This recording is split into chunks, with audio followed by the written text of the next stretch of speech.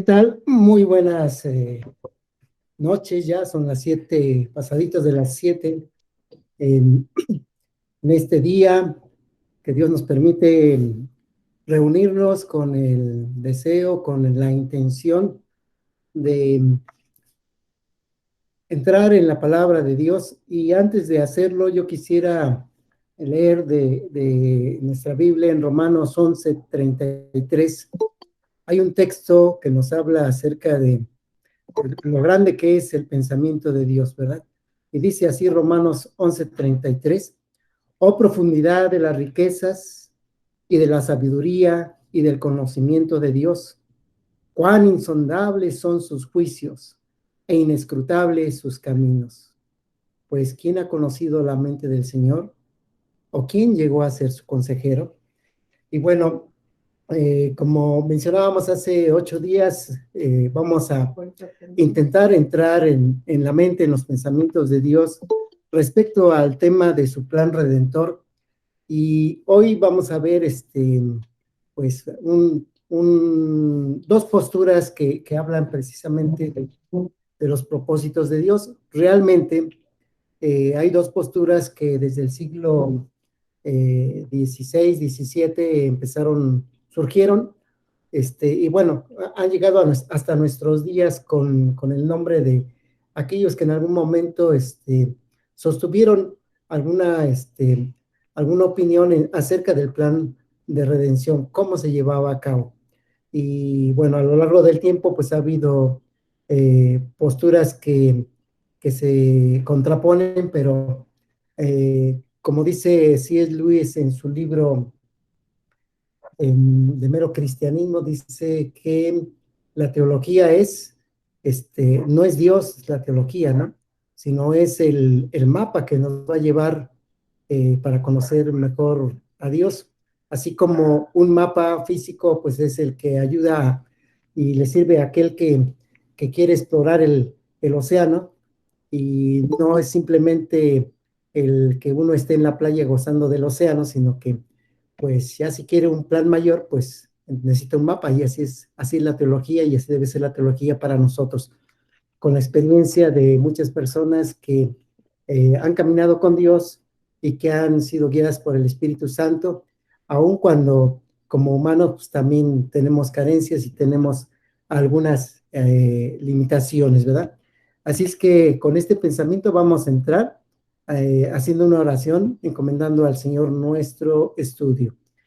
Señor, te damos muchas gracias porque hoy nos permites reunirnos en tu nombre. Gracias porque podemos acercarnos a tu presencia a través de tu palabra, y también a través de la experiencia de otros muchos hermanos que se han dedicado a caminar contigo, a, a tratar de explicar, Señor, lo que tú has hecho para dar salvación al ser humano. Queremos ponernos en tus manos y rogarte que tú nos guíes en este viaje que estamos haciendo, de modo que podamos comprender un poco más, Señor, acerca de lo que has hecho por nosotros, y que veamos cuánto, Señor, nos has amado, que hiciste lo necesario para que nosotros pudiéramos estar en la presencia del Dios Santo y Justo, aun cuando nos alejamos, aun cuando pecamos, aun cuando estábamos destituidos de tu gloria.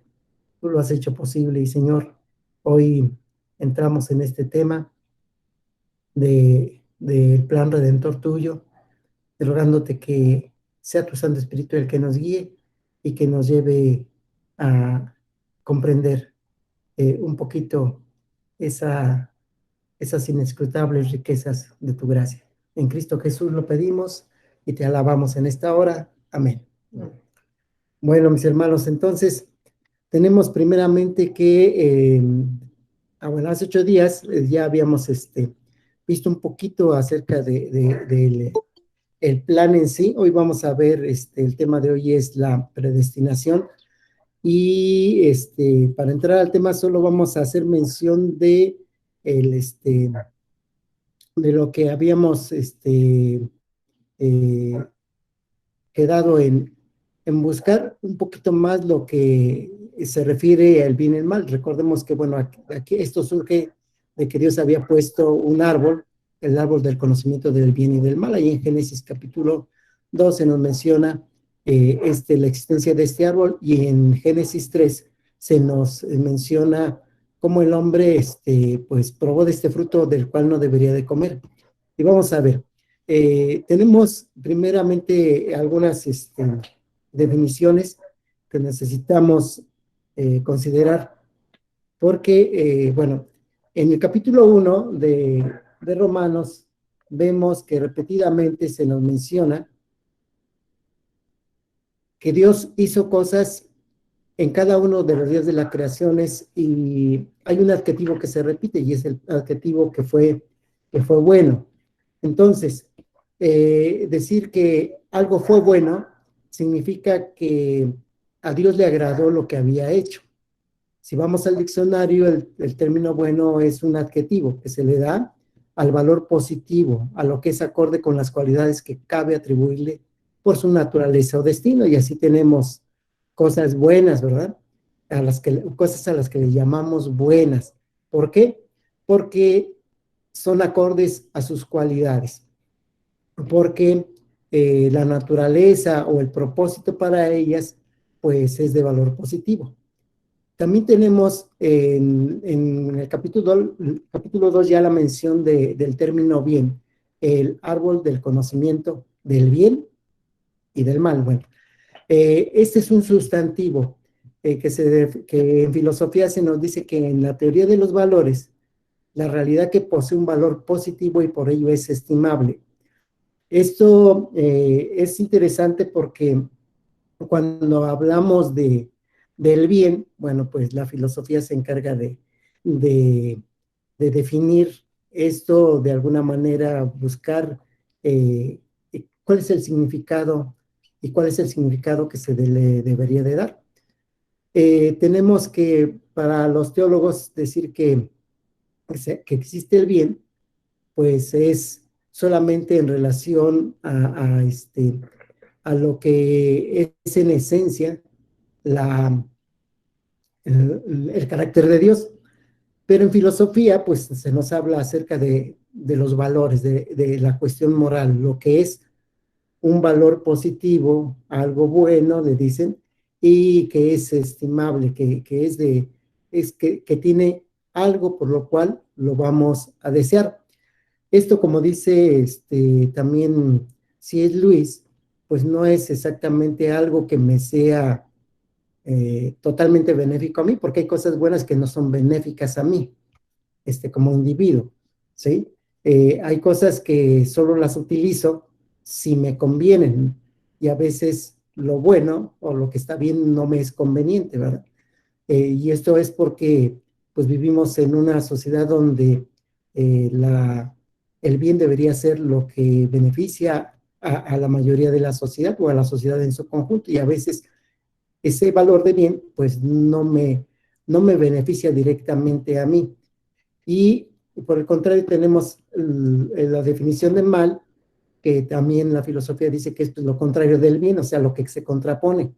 Y aquí agrega dos aspectos, lo que es lícito y lo honesto, lo que se aparta de lo que es legal o lícito y lo que es honesto. En su libro de Mero Cristianismo también sí Luis habla acerca del bien y el mal como pues fundamentos para entender pues todo el universo, ¿verdad?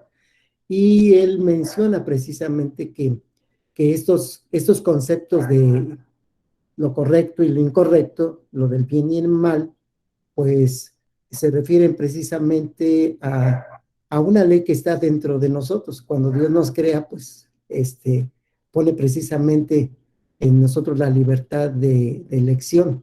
Y en el interior podemos saber, no importa en qué cultura estemos, lo que es correcto y lo que es incorrecto, lo que es bueno y lo que es malo. O sea, lo sabemos porque hay una ley natural, o sea, o ley de la naturaleza humana, mejor dicho, que lo dicta. No importa si la persona vivió en X tiempo o en X lugar, pues sabe en su interior y ese es algo que Luis dice que Dios lo puso ahí en su criatura, pues la conciencia de lo que es bueno o correcto y la conciencia de lo que es malo.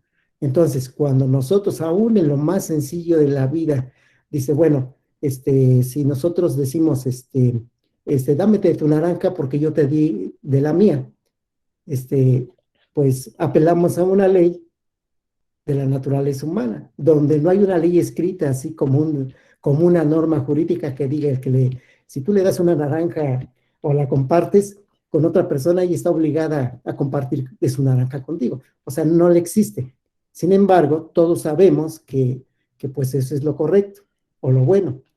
Y muchas veces cuando la persona a la que se le pide se niega, pues no dice que eso no existe, que esa ley no existe, simplemente dice que pues no quiere o que pues tiene muchas, pone excusas y ponemos excusas para no cumplir con la ley.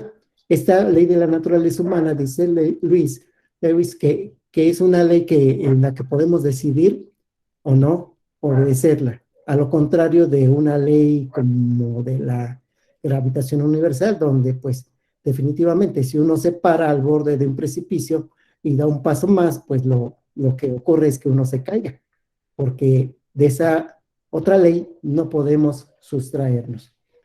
También Fernando Sabater, un filósofo muy prominente en el último siglo, afirma que el bien es todo lo que está de acuerdo con lo que somos y lo que conviene al ser humano, y el mal es lo contrario, lo que significa la negación de lo que somos y lo que no nos conviene como seres humanos. Él lo toma desde el punto de vista simplemente del pensamiento, del razonamiento. Pero ahora nos enfrentamos, y en nuestro siglo sobre todo, a un relativismo cultural. Esta postura de pensamiento pues ya venía desde mucho antes, ¿no? Desde siglos atrás, pero se ha incrementado el pensamiento relativo en nuestra sociedad, donde dice que no existe el bien y el mal absolutos, pues dependen del punto de vista de la persona que juzga. O sea, para lo que uno es bien, para otro puede ser mal. Lewis dice que el término sería no es conveniente o no es útil para sus propósitos personales, ¿no? Pero en una cultura relativista, pues se niega la existencia de absolutos y por ello, pues nuestra sociedad está cada vez más en decadencia. ¿Por qué? Porque si no tenemos un parámetro que, con el cual podamos medir nuestras acciones, pues definitivamente da como resultado que en la sociedad cada persona pueda decir lo que es bien y mal y no se ajuste a la ley de la naturaleza humana. Entonces, para definir el mal y el bien, necesitamos partir de lo inmutable y podríamos regresar al principio en el Génesis 1, que el carácter de Dios en la creación se reflejó en su obra, en sus criaturas, en todo lo que Él creó. Dice, y vio Dios que era bueno. Repetidamente se nos dice en los 5 primeros días de la creación que el Señor al final del día declaró que lo que había hecho era bueno, o sea, era de acuerdo a su propósito. Y en el sexto día declaró que lo que había hecho después de crear al hombre era bueno en gran manera. Si vemos el carácter de Dios, entonces podríamos tener una norma que no cambia, porque Dios no cambia, y podríamos definir con base en ello lo que es bueno, lo que es el bien y lo que es el mal. Entonces podríamos decir que el bien es todo aquello que corresponde al carácter de nuestro Creador. En 1 Pedro 1:15 dice que Dios es santo, una cualidad que es apartado de todo mal, ¿verdad? Que es puro, que es santo. En Deuteronomio 32:4 se nos dice que es justo, ¿sí? Primera de Juan 4:8 también se nos dice que es amor. Solo como ejemplo de lo que es el carácter de Dios. Entonces, si nosotros, bueno, a nosotros en este primer versículo que se menciona de primera de Pedro 1:15, dice que si invocamos por Padre a aquel que sin acepción de personas juzga, dice, sed santos en toda su manera de vivir, porque escrito está, yo soy santo, dice el Señor. O sea, nuestra conducta, nuestras acciones, pensamientos, todo debe corresponder al carácter de nuestro Creador y nuestro Redentor. En segundo lugar, Deuteronomio 32:4 nos dice que es justo, o sea, que es una característica que tenemos que también manifestar en nuestra vida. Alguien podría pensar, bueno, ¿qué cosa es justo? Bueno, justo viene del carácter del que tiene, de que hace justicia, ¿no? Y justicia es darle a cada quien lo que le corresponde. Eso podríamos decir es la definición de justo. Nosotros debemos igual actuar justamente con todos, ¿no? Y también hasta con Dios, ¿no? Y vamos a ver más adelante, un poquito más adelante, lo que ocurrió con Adán. ¿Qué pasó? ¿Él fue justo, sí o no? Y primera de Juan 4:8, Dios es amor. Una de los atributos de Dios es que Él es amor. No es que Dios tenga amor, sino Dios es amor. Entonces nosotros también, al reflejar el carácter de nuestro Dios, debemos amar. Y bueno, hay dos grandes mandamientos que se nos dan, ¿no? Amarás al Señor tu Dios con todo tu corazón, con toda tu alma, con toda tu mente, con todas tus fuerzas, y a tu prójimo como a ti mismo.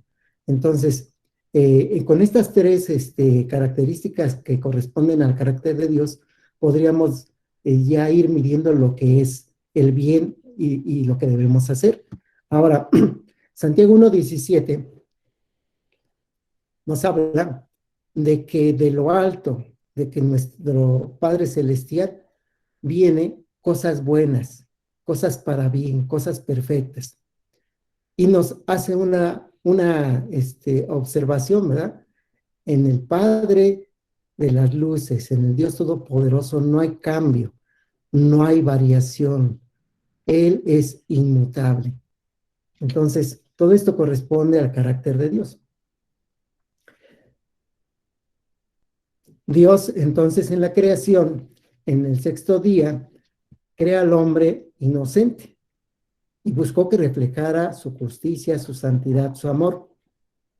Dios se reservaba el derecho de decidir qué es el bien y qué es el mal. Por eso les dijo, de ese árbol no coman. Había muchos más, pero de ese árbol en específico no tenían que comer. Y pues lamentablemente sabemos la historia, ¿verdad? Tenemos que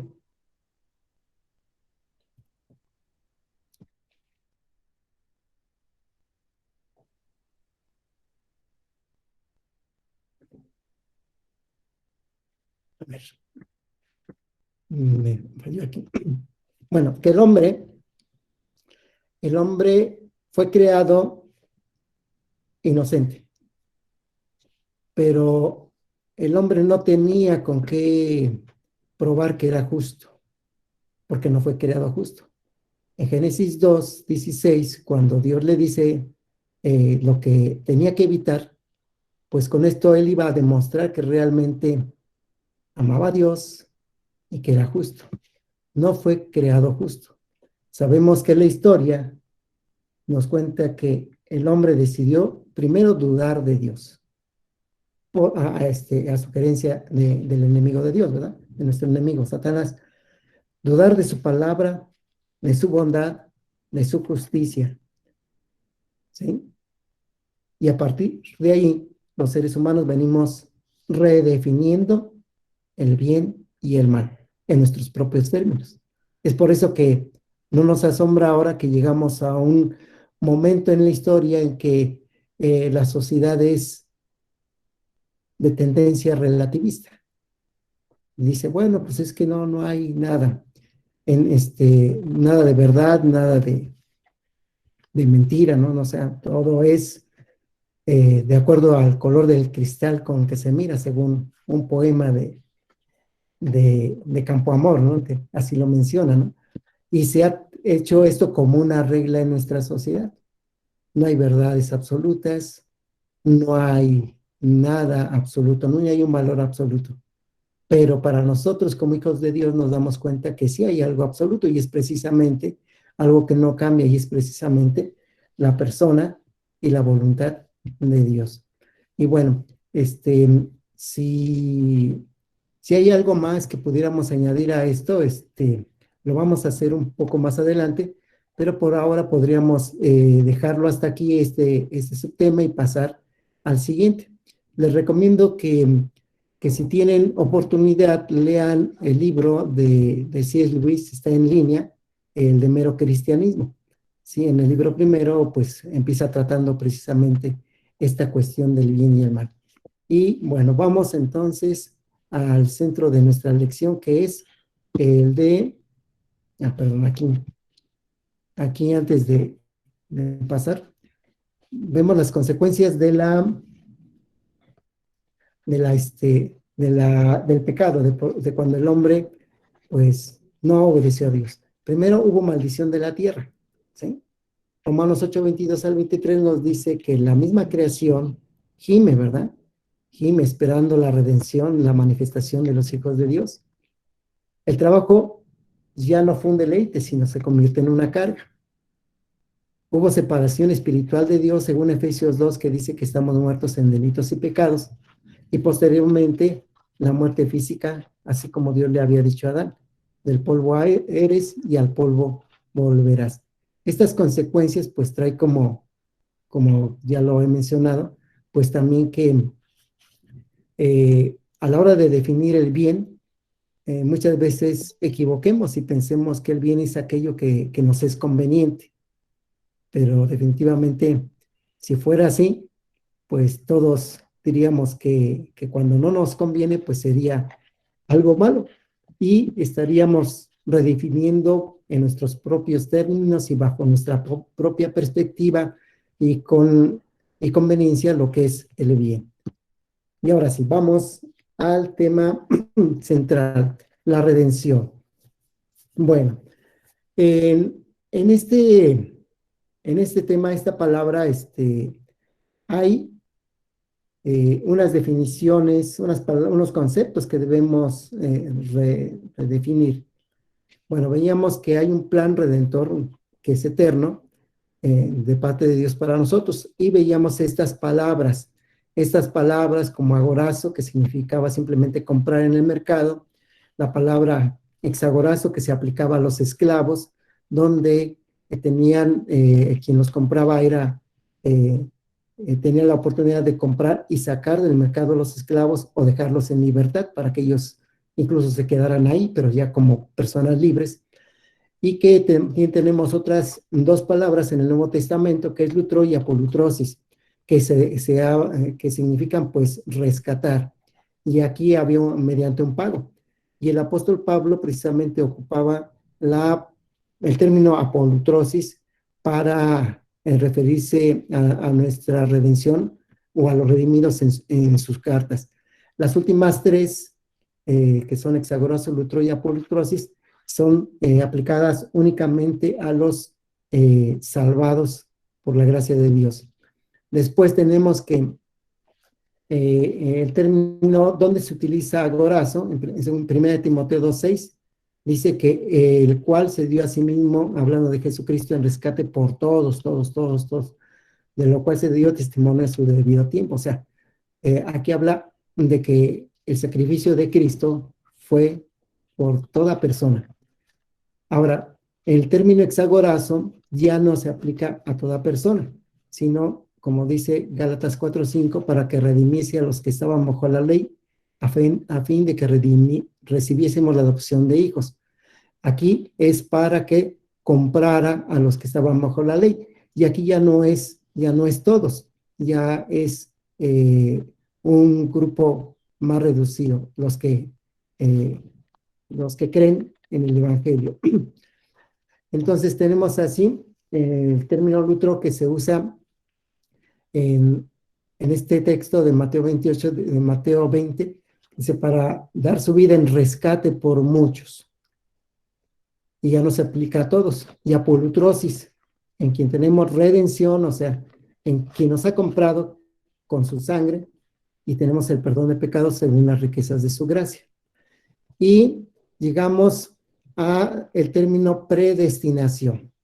Ahora, también este término viene del griego, hay la preposición pre, antes de, y destino, el final de algo. Entonces, vemos que predestinación es determinar anticipadamente. Significa ordenar, significa decidir con antelación. Y este término, en los textos que vamos a ver, nos vamos a dar cuenta que siempre se relaciona con un propósito específico. Aquí agrego la fuente de donde obtuve esta información. Primero, tenemos que en Romanos 8, 29 al 30 dice, porque a los que antes conoció, también los predestinó. Y aquí viene para esta palabrita. O sea, ¿cuál es el propósito? Para que fuesen hechos conformes a la imagen de su Hijo. Este es el objetivo que Dios tiene para los que creemos en el Evangelio, los que hemos reconocido a Jesucristo como el Señor de nuestras vidas. Cuando vemos este texto, vemos que hay un propósito que Dios tiene para los que como más adelante lo dicen los versos que siguen, a los que justificó, a los que glorificó. O sea, hay un propósito, que seamos hechos conformes a la imagen de su Hijo. Va a haber un proceso en esto, ¿sí? Y recordamos lo que dice Primera de Juan capítulo 3, que vamos a estudiar el próximo domingo, por cierto. Pero ahí dice que ahora somos hijos de Dios y aún no se ha manifestado lo que habremos de ser, pero sabemos que cuando Él se manifieste seremos semejantes a Él porque le veremos tal como Él es. O sea, ahorita lo que podemos manifestar es parte apenas de lo que es ser un hijo de Dios. Dice, pero sabemos que somos hijos de Dios. La gente de afuera no sabe, tal vez porque no ve un cambio, algo diferente, ¿sí? Y aunque les digamos, yo soy hijo de Dios, Dios ya me perdonó, ya me lavó, pues tal vez no vea alguna diferencia y eso pues tiene que cambiar en nuestras vidas, ¿no? Porque sí, va a llegar el momento en que Jesucristo venga y entonces vamos a ser transformados, la palabra transformados ahí, en metamorfosis, ¿verdad? Vamos a un cambio repentino, ¿no? Y seremos semejantes a Cristo. En ese momento ya no va a haber nada. Ya podemos ser semejantes totalmente, ¿no? No iguales, ¿verdad? Sino semejantes, ¿no? Acuérdense que en el capítulo 1 de Génesis dice que cuando Dios creó al hombre, dice, hombre y mujer los creó, que hagamos al hombre conforme a nuestra semejanza, ¿verdad? Y creó Dios al hombre, ¿sí? A imagen y semejanza de Dios los creó. Esa imagen y semejanza que se perdió con el pecado, bueno, ahora la vamos a tener cuando Él se manifieste. Pero cuando Él se manifieste, pues ya no vamos a mostrárselo a los que nos rodean. Entonces, aquí es importante ver que en Romanos 8, 29, este versículo, ¿no? Para que seamos hechos conformes a la imagen de su Hijo, nos habla del propósito final que va a ser que vamos a tener la imagen de su Hijo, pero vamos siendo conformados a esa imagen. Por eso aquí es donde la disposición de la persona, el ser sensible a la voz de Dios, el obedecer a las indicaciones que nos da a través de su palabra, pues va a permitir que esto sea una realidad. El segundo texto donde vemos la palabra predestinación es en Efesios 1:5. Y dice, en amor habiéndonos predestinado para ser adoptados hijos suyos por medio de Jesucristo según el puro afecto de su voluntad, para alabanza de la gloria de su gracia con la cual nos hizo aceptos en el amado. Aquí tenemos eh, prácticamente dos propósitos. Dios nos escogió, dice, nos escogió en amor y nos predestinó para ser adoptados hijos suyos. a través de la obra de Jesucristo, ¿sí? Y para alabanza de la gloria de su gracia.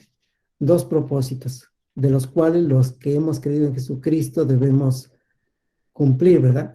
El primero es lo que Dios hace por nosotros, nos adopta como sus hijos. Ahora, cuando hablamos de adopción, tenemos que hacer una clara diferencia de lo que es ser adoptados con ser regenerados. Cuando estudiamos con el hermano eh, Gonzalo, veíamos en Juan capítulo 3 eh, acerca de la regeneración o nuevo nacimiento. Allí Nicodemo no sabía cómo se podía nacer de nuevo. Y Jesucristo le habla, ¿verdad? Le hace una observación, ¿verdad? Le recuerda a aquel pasaje donde las personas que habían sido mordidas, los israelitas que habían sido mordidos ahí en el desierto por serpientes venenosas, estaban muriendo. Y entonces Dios dio una provisión, una forma para que ellos pudieran ser sanados. Le dijo a Moisés que construyera una serpiente, que la pusiera en un asta, que hiciera la forma de la serpiente, ¿verdad? Que la pusiera en un asta, en un lugar pues alto, ¿verdad? Para que todo aquel que fuera mordido por estas serpientes pudiera hacer solamente algo, y era mirar a esa serpiente. Esa serpiente que estaba ahí, pues era inanimada, ¿verdad? No tenía veneno, simplemente era la figura de las serpientes reales, ¿no? Pero aquel que miraba era sanado. Nadie podía hacer otra cosa. Tal vez alguno era mordido y le decía a su vecino, llévame al médico, ¿no? Pero pues no era llevarlo al médico. Ora por mí. O le decía, llévame con Aarón, ¿no? O sea, algo, ¿no? Habría que hacer algo. No, no, no. Solo tenía que mirar. Y si obedecía esa orden, pues era sanado. Y cuando el Señor Jesús le dice a Nicodemo que así como la serpiente había sido levantada en el desierto, así era necesario que el Hijo del Hombre pues también fuera levantado, hablando de su muerte en la cruz. Y le agregó nada más lo siguiente: para que todo aquel que en él cree no se pierda, mas tenga vida eterna. O sea, ¿cómo iban a ser de nuevo? Pues no se iba a poder explicar más que creer en Jesucristo. El que creyera en el Jesús crucificado y resucitado, esa es una persona que iban a ser de nuevo. Y entonces cuando nosotros reconocemos la obra de Cristo, la creemos el Evangelio, Dios nos da la salvación y ahí en ese momento ocurre la regeneración. Dios nos hace sus hijos, porque ahí dice que los que nacen de nuevo son nacidos no por voluntad humana, sino son nacidos de Dios. Entonces ahí ya somos hijos. Pero aquí el término adoptados que se menciona en Efesios 1:5, de que para ser adoptados, alude al hecho de que en la sociedad romana, Pablo conocía muy bien la sociedad romana, y en la sociedad romana los ciudadanos romanos tenían dos tipos de hijos a veces, ¿no? Los hijos con la esposa y los hijos que eran fuera del matrimonio.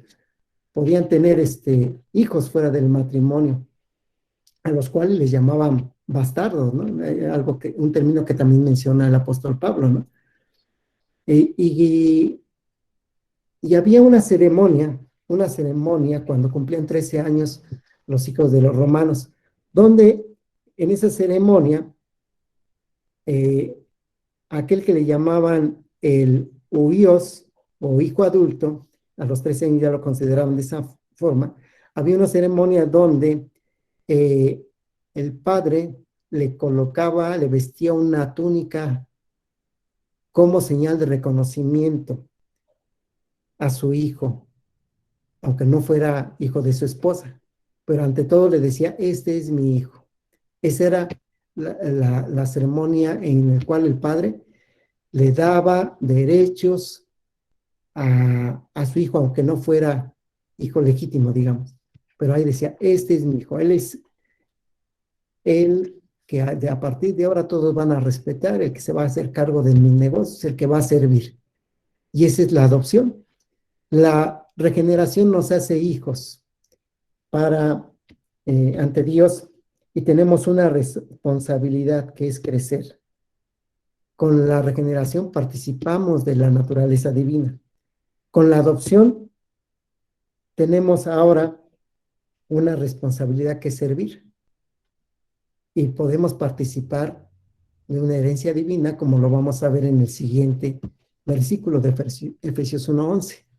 En él asimismo tuvimos herencia, habiendo sido predestinados, conforme al propósito del que hace todas las cosas, según el designio de su voluntad. Entonces, esta palabra predestinación, como vemos, va siempre ligada a un propósito de Dios para aquellos que ha salvado. Bien, tenemos ahora el término elección. Eh, Elección es escoger de entre varios, ¿sí? Elegir. Y hay varias palabras que en las escrituras se refieren a la acción de elegir por parte de Dios. Elección, pues es la acción, y los sujetos de la elección se les llaman los escogidos, los elegidos, ¿sí? Los llamados. Y bueno, aquí tenemos que Dios estableció que podía elegir a un pueblo especial entre muchos. En Isaías 45, Dios hablando a su pueblo, le dice que por amor a Jacob, recordamos la historia de Jacob, ¿sí? Al que le cambió el nombre Dios, ¿verdad? Cuando Jacob peleó con el ángel de Jehová, le cambió el nombre a Israel. Dice, por amor de mi siervo Jacob y de Israel, mi escogido, te llamé por tu nombre, te puse sobrenombre aunque no me conociste. Y tenemos entonces que simplemente fue un propósito de Dios y fue amor lo que le movió a elegir entre todos los pueblos un pueblo. Ahora, esta historia de la elección de un pueblo, pues también la vemos más adelante. Pero además de elegir un pueblo, también eligió a personas. En Romanos 9 tenemos que él hizo elección entre Jacob y Esaú, los mellizos. El mayor y que tenía el derecho de primogenitura, de tener todos los beneficios, todas las bendiciones, las 2/3 partes de la herencia, pues era Esaú. El hijo menor era Jacob. Y sin embargo, la historia en Génesis y en Romanos se nos menciona nuevamente que Dios eligió a Jacob, no eligió a Esaú. Vamos a ver. Tenemos en Romanos 9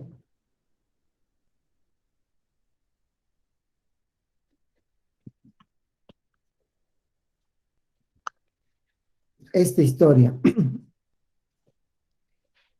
Romanos 9, Romanos 10 y Romanos 11 fueron escritos por el apóstol Pablo en un paréntesis que hace en su teología de cómo Dios ofrece la salvación a los que no son judíos. Y en el capítulo 9 comienza hablando acerca de pues su deseo como judío de nacimiento, como perteneciente a ese pueblo, de que también el pueblo de Israel fuera salvado. Y pues en esta parte el apóstol Pablo habla de su anhelo por su pueblo para que fuera salvado, pero también le dice muy claramente que pues no era nada más el que había nacido israelita el que era realmente un israelita, sino aquel que, este, que fuera hijo de la promesa. Ahora, hablando de esto, dice que escogió a Esaú y dice lo siguiente, verso 9, porque la palabra de la promesa es esta, por este tiempo vendré y Sara tendrá un hijo. Y no solo esto, sino también cuando Rebeca concibió de uno de Isaac nuestro padre, pues no habían aún nacido ni habían hecho aún ni bien ni mal, para que el propósito de Dios conforme a la elección permaneciese no por las obras, sino por el que llama. Y se le dijo, el mayor servirá al menor, hablando de Jacob y de Esaú. Como está escrito, a Jacob amé, mas a Esaú aborrecí. Aquí no quiere decir la palabra aborrecer, el término no significa que lo odiaba, ¿no? Sino simplemente significa que el amor hacia Jacob era mayor al amor hacia Esaú. Y viene diciendo después, ¿qué pues diremos? ¿Hay injusticia en Dios? En ninguna manera. Pues a Moisés dice, tendré misericordia del que yo tenga misericordia y me compadeceré del que yo me compadezca. Bien, cuando Jacob es elegido en lugar de Esaú para recibir la bendición, pues no habían nacido y por lo tanto no había nada bueno en Jacob, no había nada malo en Esaú, para que Dios dijera, bueno, este se porta bien y este, no habían hecho nada.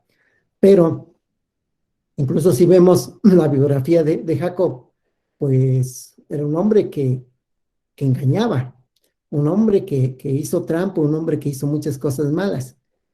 O sea que la elección de Jacob fue enteramente por gracia. ¿Y por qué no eligió a Esaú? Pues fue porque precisamente Esaú, pues desde un principio, aunque no había hecho nada, él posteriormente despreció las bendiciones de Dios y se le conoce en la historia, en hebreo se nos menciona, como una persona profana, una persona que despreció las cosas santas. Bien, entonces tenemos que en este capítulo 9 se menciona dos casos. El caso de la elección de Jacob, más adelante se nos menciona el caso del endurecimiento de Faraón, cuando se menciona a Moisés. Ahora, algo que es de recalcar es que las personas salvadas en el texto bíblico se les llama los elegidos o escogidos. Y fíjense bien en estos versículos que están en pantalla. Aquí se nos habla de que en calidad de escogidos tenemos que ponernos la ropa que corresponde a esa calidad de escogidos, ¿no? Dice, vestidos pues como escogidos de Dios, santos, ¿sí? O sea, que correspondamos a el carácter de nuestro Dios, ¿no? Santos, ¿no? En 2 de Timoteo también el apóstol Pablo menciona, ¿no? Que él todo lo que hacía y todo lo que le pasaba, lo soportaba, lo malo que le pasaba, las adversidades, lo soportaba por amor de los escogidos. O sea, su idea era que no importara lo que él pudiera experimentar, vivir y sufrir, con tal de que pudiera llevar el mensaje y pudiera edificar allá donde ya había personas salvadas.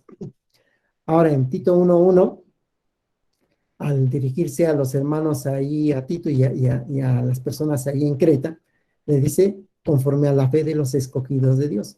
O sea, este término, hay más versículos que nos hablan de los salvados como los elegidos o los escogidos. Ahora, en la teología sistemática de MacArthur, vemos que él define la predestinación como la decisión de Dios de elegir a algunos para salvación, a lo que se le llama el decreto de elección en esta teología, y su decisión de pasar por alto a otros y de castigarlos por sus pecados, lo que él llama el decreto de reprobación. Este es uno de los dos puntos de vista que hay acerca de la predestinación, de los dos puntos más grandes de vista, ¿verdad?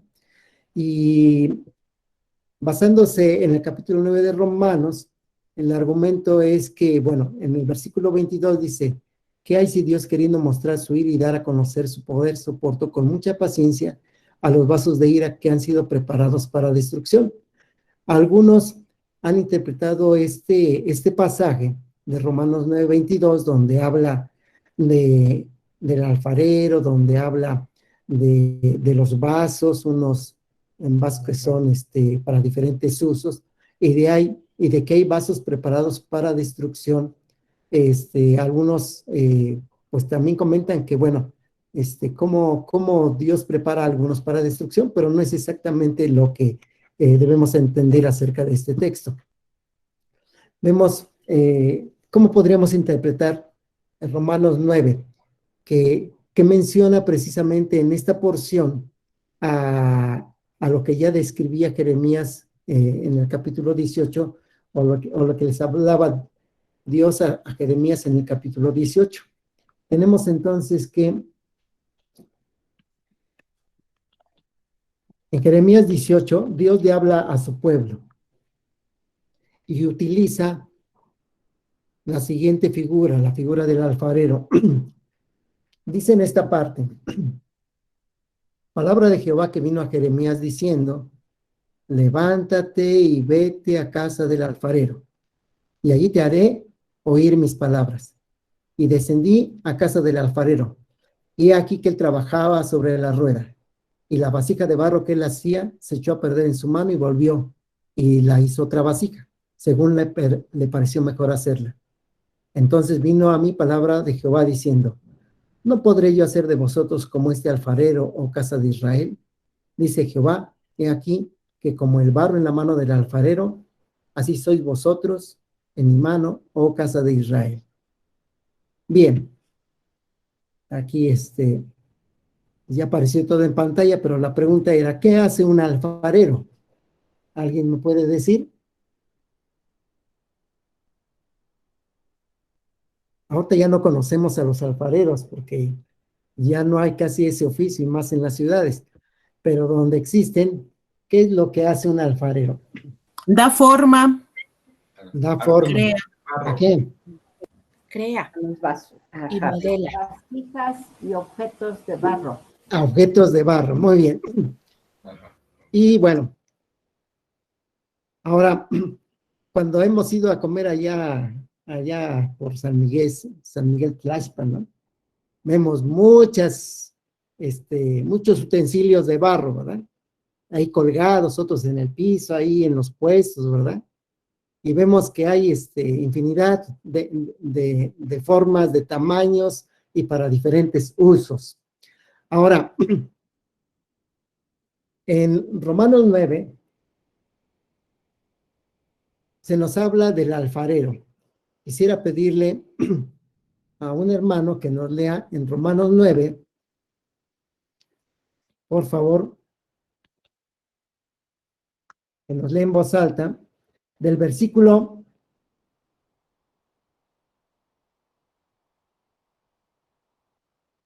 20 al 22. Al 23, por favor. Mas antes, oh hombre, ¿quién eres tú para que alterques con Dios? Dirá el vaso de barro al que lo formó, ¿por qué me has hecho así? ¿O no tiene potestad el alfarero sobre el barro para hacer de la misma masa un vaso para honra y otro para deshonra?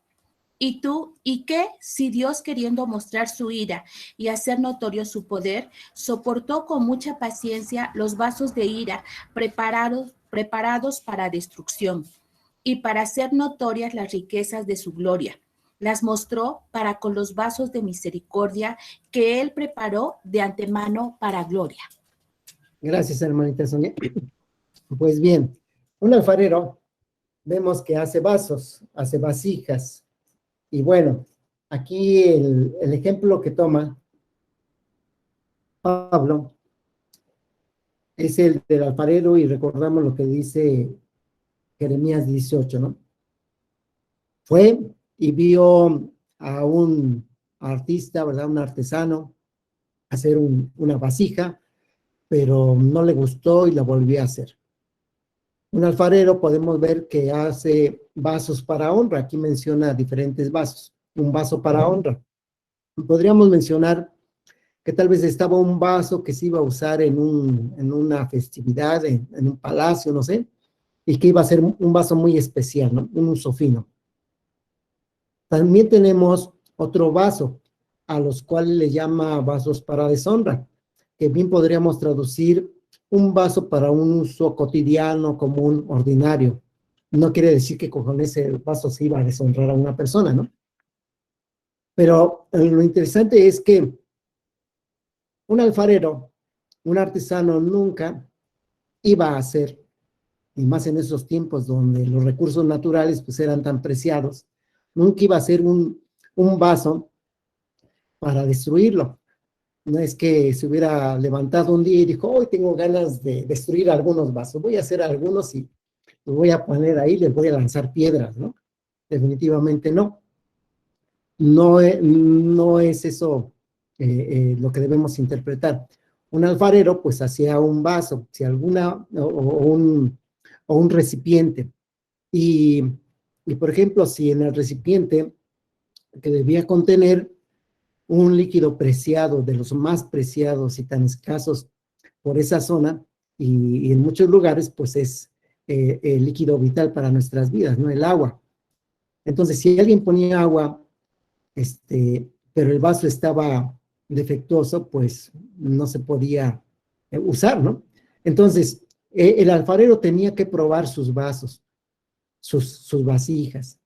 Si una vasija tenía un defecto y dejaba trasminar el agua, pues tenía que buscar la forma de componerlo. Y si lo trataba de restaurar, lo probaba y no quedaba y lo hacía otra vez, pues ese era un vaso que destinaba ya no para la venta, porque imagínense que le dijeran, o ni siquiera para regalar, ¿no? Porque si lo regalaba y alguien lo usaba para poner agua, pues diría, oye, pues qué alfarero es este, ¿no? Este artesano, pues no la hace, ¿no? Ya no le compres, ¿no? Entonces, nunca hacía vasos para destruir, o sea, con el propósito de destruir, sino que había vasos que a pesar de que no, a pesar de que lo restauraba, no quedaban bien. Y es lo que dice precisamente en Jeremías 18, Dios a su pueblo. Dios a su pueblo le dice que él hace una pregunta, ¿verdad? Una pregunta retórica. Y le dice, ¿no podré hacer yo como el alfarero? ¿O casa de Israel? Y le da el ejemplo, lo que ha hecho con pueblos, ¿sí? Los pueblos que les rodeaban, ¿eh? Pero dice, si esos pueblos se convierten de su maldad, en el versículo 8, dice, me arrepentiré del mal que había pensado hacerles y en un instante hablaré de la gente y del reino para edificar y plantar. O sea, el trato de Dios iba a cambiar si esa gente se arrepentía.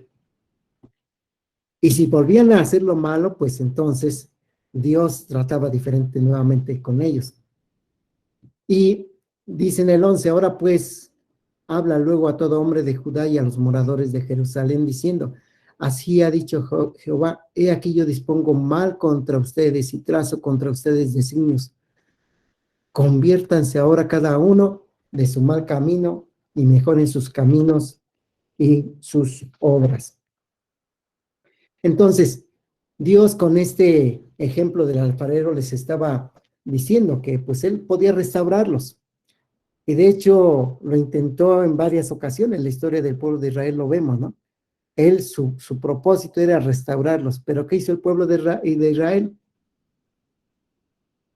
En el verso 12, la respuesta de Israel como pueblo. Y dijeron, es en vano, porque en pos de nuestros ídolos iremos. Y haremos cada uno el pensamiento de nuestro malvado corazón. Qué terrible. Dios buscó restaurar a su pueblo vez tras vez, pero su pueblo no quiso. Dios llama a todas las personas al arrepentimiento, pero muchos no quieren oír no quieren ser salvados. Esos son los que están representados por esos vasos que Romanos 8 dice que están preparados para la destrucción.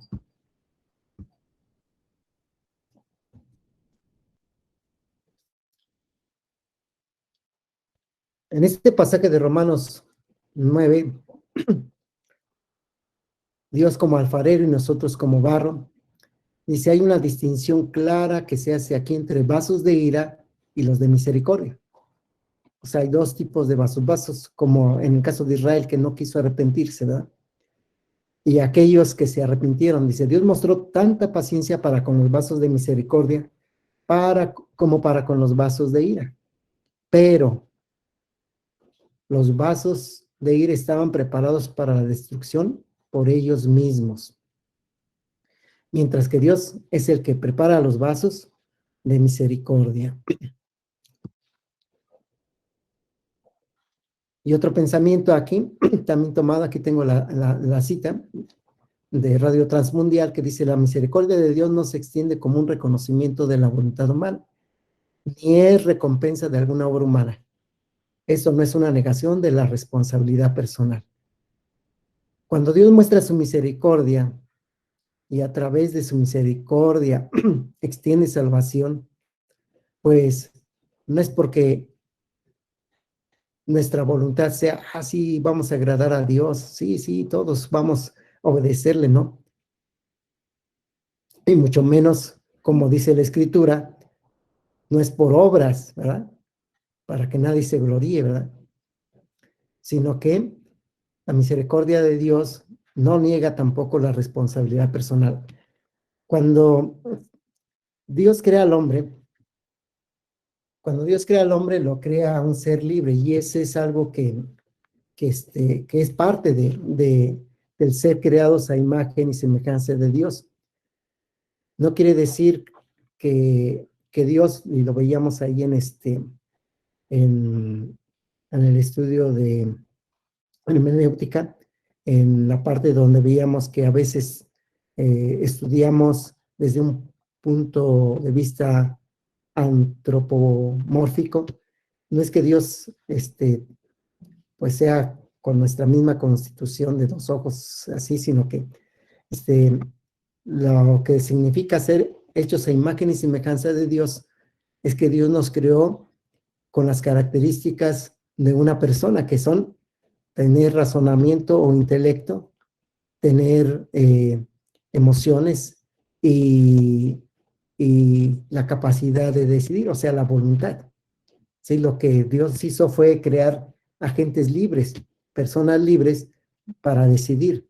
Por eso, cuando Dios le dice a Adán que no coma de cierto árbol, pues se lo dice sabiendo que el hombre, pues también como un ser libre, un ser pensante, pues tendría lo necesario para razonar y para tomar una decisión. Lo malo es que el hombre decidió desobedecer, y es parte de lo que es la libertad que Dios nos dio. Dios respeta la decisión de sus criaturas. Él es soberano y en su soberanía determinó darle al hombre libertad para decidir. Bien, ahora vamos a ver una comparación entre dos posturas teológicas. Como mencioné al principio, C.S. Lewis decía que la teología debe ser nuestro mapa. Los teólogos, pues, han escrito lo que en su experiencia han conocido, lo que han comprendido de las Escrituras. Y bueno, nos remontamos al siglo XVI, cuando Juan Calvino tenía una forma de ver la cuestión de la salvación, el tema que estamos viendo, ¿no? La soteriología. La salvación, cómo es que Dios salvaba a los hombres. Y bueno,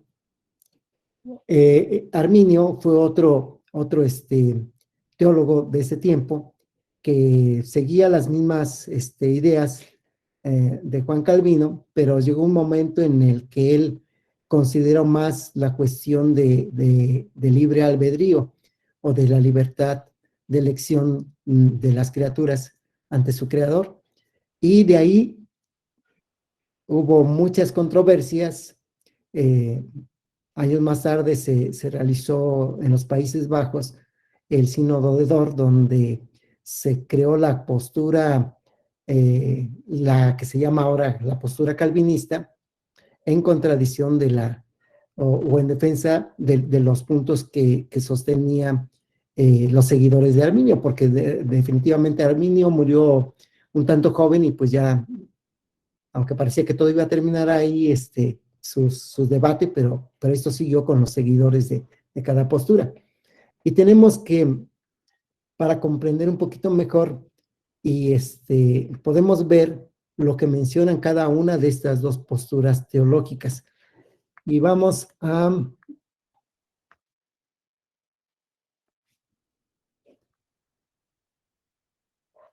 ver, primeramente, el punto 1 en que se comparan estas dos teorías de cómo es que Dios salva al ser humano es que el hombre es un ser depravado. O sea, en la caída del hombre por el pecado, el hombre quedó corrompido, dice la primera postura. En verde tenemos la postura, a la que se le llama actualmente la postura calvinista, ¿verdad?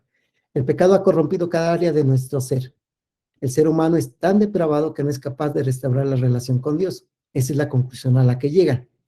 Ciertamente lo vemos que en Romanos capítulo 3, del verso 10 en adelante, como está escrito, no hay justo ni aun uno, no hay quien entienda, no hay quien haga lo bueno, no hay quien busque a Dios, todos se corrompieron, aún así hicieron inútiles, y sigue describiendo la condición del ser humano. Entonces, con base en esto, esta postura dice que no hay forma para que el hombre pueda restaurar la relación con Dios. Debe haber algo antes, y lo vamos a ver un poquito más adelante. En la postura arminiana, afirma que sí, que el pecado ha corrompido al ser humano, pero sin embargo, el ser humano es capaz de responder a la invitación de Dios a la salvación. Y bueno, aquí tenemos diferentes textos que también podrían secundar el pensamiento en esta postura. Por ejemplo, dice en Hebreos, a ver, Hechos 17:30, dice Hechos 17:30 y 31. Si algún hermano lo busca, por favor, o hermanita lo buscan, por favor. Hechos 17:30. Y otro hermano que busque, por favor, Marcos 1:14 y 15.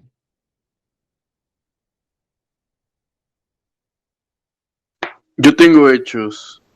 Sí, Kevin, adelante. Dice, pero Dios, habiendo pasado por alto los tiempos de esta ignorancia, ahora manda a todos los hombres en todo lugar que se arrepientan, por cuanto ha establecido un día en el cual juzgará al mundo con justicia, por aquel varón a quien designó, dando fe a todos con haberle levantado de los muertos. Gracias. Y Marcos 1:14 y 15 dicen. ¿Quién lo tiene? Después que Juan fue encarcelado, Jesús vino a Galilea predicando el evangelio del reino de Dios, diciendo, el tiempo se ha cumplido y el reino de Dios se ha acercado. Arrepentíos y creed en el evangelio. Gracias, hermanita Cris. Aquí en estos versículos hay un llamado de Dios al arrepentimiento y a creer el evangelio. Por eso en esta postura dicen que a pesar de que el hombre es un ser caído, con una naturaleza caída, sí es capaz de responder a la invitación de Dios a la salvación. En estos versículos se hace ese llamado, primero, a arrepentirse y segundo, a creer. Esto es en cuanto al primer punto, que sería la depravación. El segundo punto es en cuanto a la elección. Para el punto de vista calvinista dice que es una elección incondicional, ya que el plan de Dios, el plan eterno de Dios es incondicional. Bueno, entonces el plan de elección, pues por consiguiente debe ser también incondicional. Y ellos dicen que en su voluntad soberana Dios escogió o eligió a ciertos individuos antes de la fundación del mundo para que fueran salvos. Ellos, basándose en lo que dice Efesios capítulo 1, verso 3 al 5, si alguien lo puede leer, por favor. Efesios 1, del 3 al 5.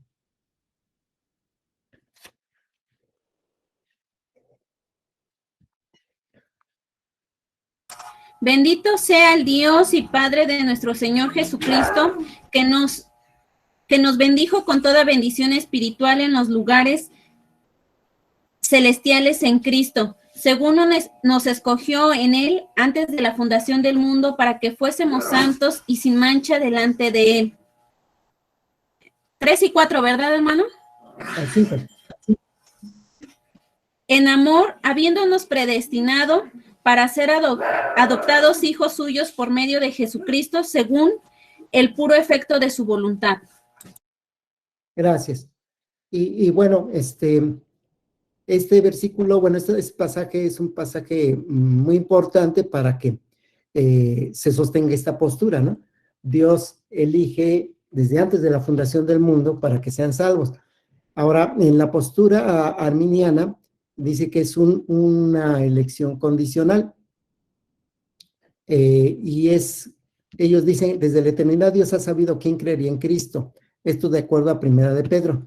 Dice, Él eligió para salvación a los que creyeran basándose en su conocimiento previo.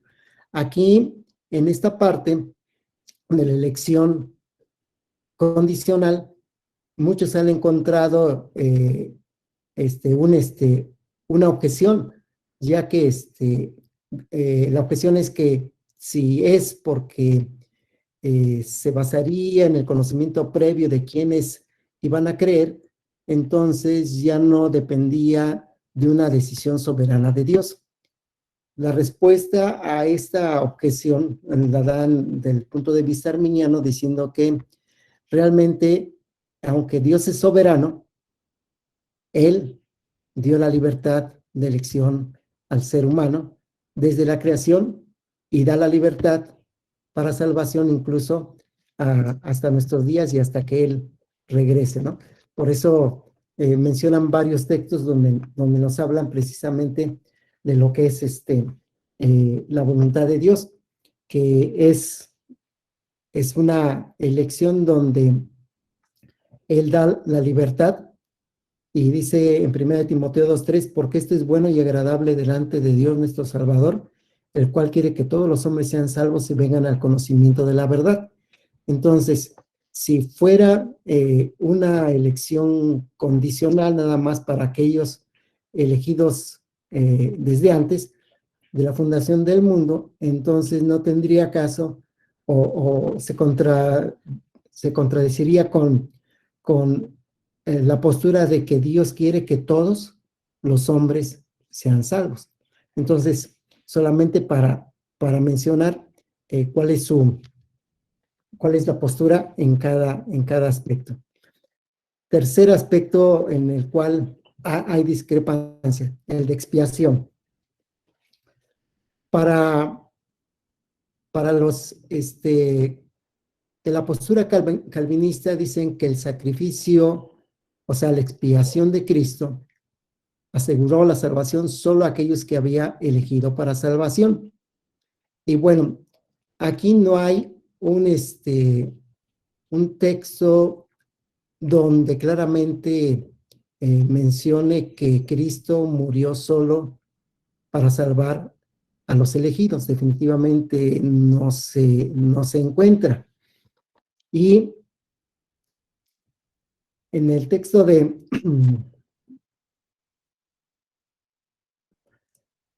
Romanos 1:16, si alguien lo lo tiene, que lo busca, lo puede leer.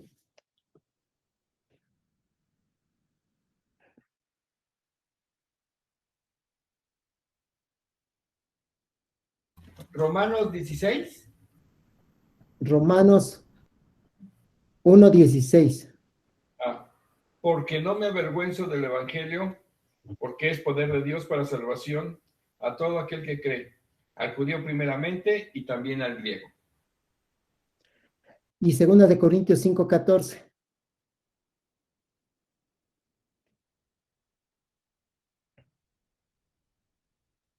Porque el amor de Cristo nos constriñe, pensando esto, que si uno murió por todos, luego todos murieron. Sí, en la carta primera de Juan también se nos dice que Él es la propiciación por nuestros pecados, pero no solo por nuestros pecados, sino por los de todo el mundo. Ahora, la posición arminiana está acorde con estos textos que dice: los beneficios de la muerte de Cristo, aunque están disponibles para todos, los reciben por la gracia a través de la fe solo aquellos que creen. Es algo que va muy acorde a lo que hemos aprendido en las Escrituras. El punto 4 es el tema de la gracia, el favor de Dios, que para los calvinistas en esta postura dicen que es una gracia que no se puede resistir. Le dicen, es irresistible. La gracia salvadora provista por el Espíritu Santo es tan poderosa que los elegidos no pueden resistir. Y el punto de vista arminiano dice que el Espíritu Santo llama a todas las personas al arrepentimiento y a creer en el Evangelio. Y Dios regenera a todos los que creen, pero tal gracia es resistible y puede ser rechazada. Aquí, el punto de vista arminiano se basa en lo que dijo el Señor Jesucristo acerca de la obra del Espíritu Santo en Juan 16. ¿Cuál iba a ser la obra? El Espíritu Santo iba a convencer al mundo de pecado, de justicia y de juicio. O sea, los iba a convencer, ¿sí? El Espíritu Santo en Efesios 1:13 dice que iba a sellar a los que decidieran creer, ¿verdad? Creer en el Evangelio. Lo podemos ver en Efesios 1:13, si alguien lo lee fuerte, por favor. Efesios 1:13.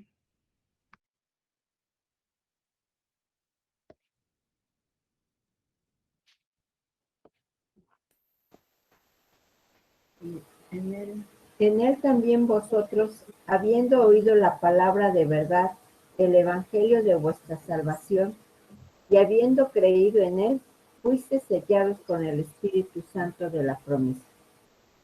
Bien. Ahí el procedimiento es habiendo oído y después habiendo creído, y entonces el Espíritu Santo sella a aquellos que se arrepintieron y creyeron en el Evangelio. Y por último, seguridad. Bien, en este aspecto de la seguridad de la salvación, para la primera postura dice que los elegidos permanecerán fieles a Dios hasta el final, por lo tanto es imposible que los verdaderos creyentes se aparten de la fe. Aquí lo que dice Pablo a los Corintios, que el que comenzó en ustedes la buena obra la perfeccionará hasta el día de Jesucristo.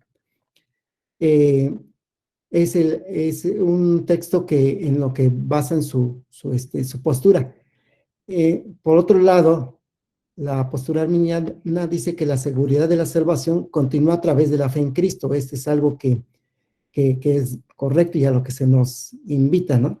Mediante el poder del Espíritu Santo. Aunque algunos aquí hablan de que la seguridad, la salvación se pierde, que no hay seguridad de salvación para aquellos que llegan a pecar y a permanecer en ese estado de separación de Dios por causa de estar practicando un pecado.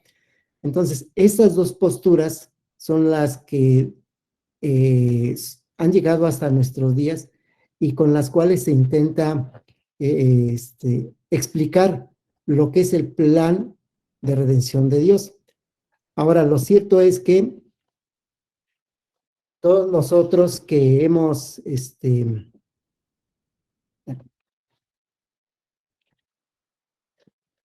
todos los que hemos creído en Jesucristo como el Señor de nuestras vidas, pues podemos inclinarnos por una o por otra postura, siempre y cuando veamos que esa postura refleja precisamente lo que la Escritura dice.